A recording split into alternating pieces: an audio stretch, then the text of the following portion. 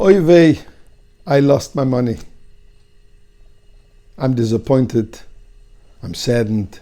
I'm looking for it. But you know what? Maybe I actually did a mitzvah. Maybe I did a good deed. Now what am I talking about? So let me quote you a pasuk, a verse in the Torah. The Torah says the following: Ki sik tzorek tzircha besodecha.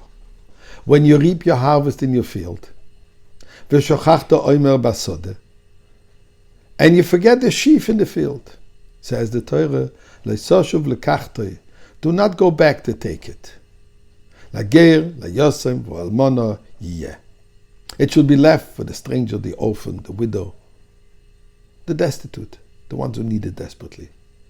So what? Leman yevorechecha Hashem elokecha b'chol ma'aseh yadecha. So that God will bless you in all that you do. So the Torah promises that in the merit of fulfilling the mitzvah of shikha, forgetfulness,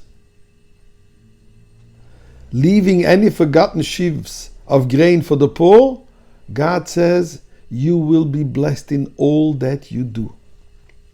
Rashi observes and says the following, that the Torah is promising a phenomenal blessing by doing a mitzvah unintentionally. So obviously, how much more so when we do a mitzvah intentionally? And then Rashi quotes the halacha and it says, from this we can know that if a person loses a coin and a poor person finds it and helps this poor person, we have done a mitzvah. How easy God makes it for us to do mitzvahs. But one can ask the question, what kind of mitzvah is this? I'm going around, I'm looking for my money, I'm krechzing, I'm upset, I lost my money, yet I did a mitzvah. What kind of mitzvah is this?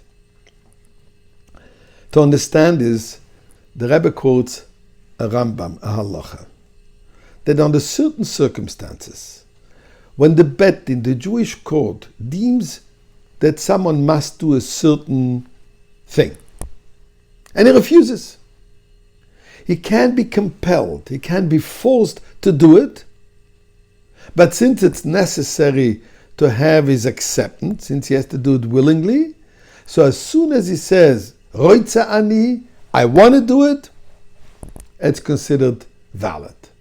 So the Rambam asks, the only reason why he says I want is only because he's compelled, because he's being beaten, or whatever the pressure tactics is being used. So that's not, he doesn't want it, he just wants to get rid of this pressure. Says the Rambam the following beautiful insight, that indeed every Jew genuinely wants to do the right thing.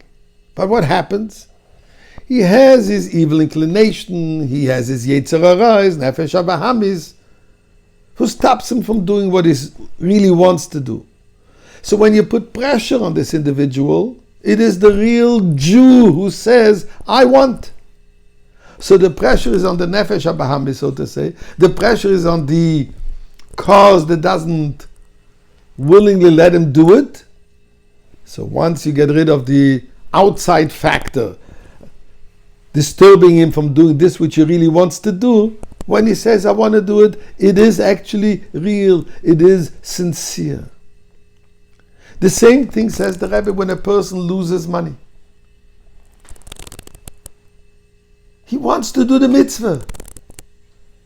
Could be that subconsciously he lost that money so that he should be able to perform the mitzvah, because every Jew really wants to do the right thing. This explains this also what the Mishnah says in Pirkei Avos. Kol Yisrael yesh lam chelik lo'olam haba.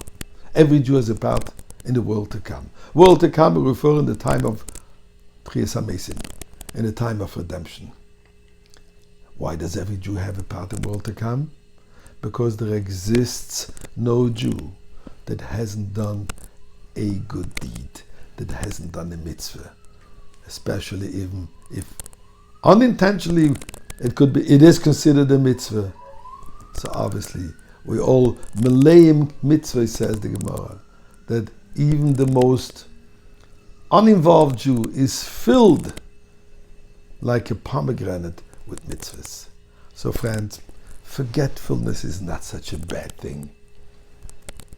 So let's forget about our shortcomings and let's allow our real self shine forth, and we'll have imminently the Olam Haba, the world to come, through the coming of Mashiach.